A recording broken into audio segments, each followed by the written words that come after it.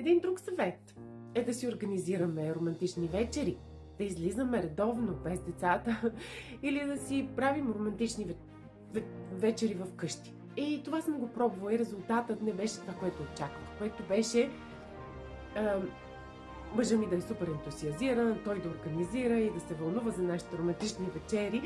Реално това, което се случваше, беше, че и двамата се насилвахме по-уморени, по-изнервени да имаме романтични вечери, защото така са ни казали експертите.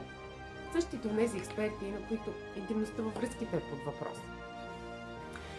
За двама души, когато двама души не се чувстват близки, не се забавляват заедно, планиране на романтични вечери е по-скоро изтезание.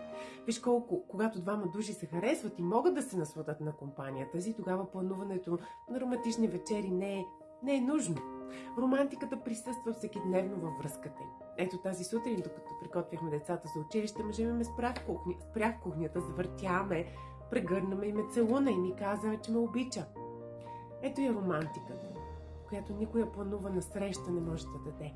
Това се получава натурално, когато има интимност.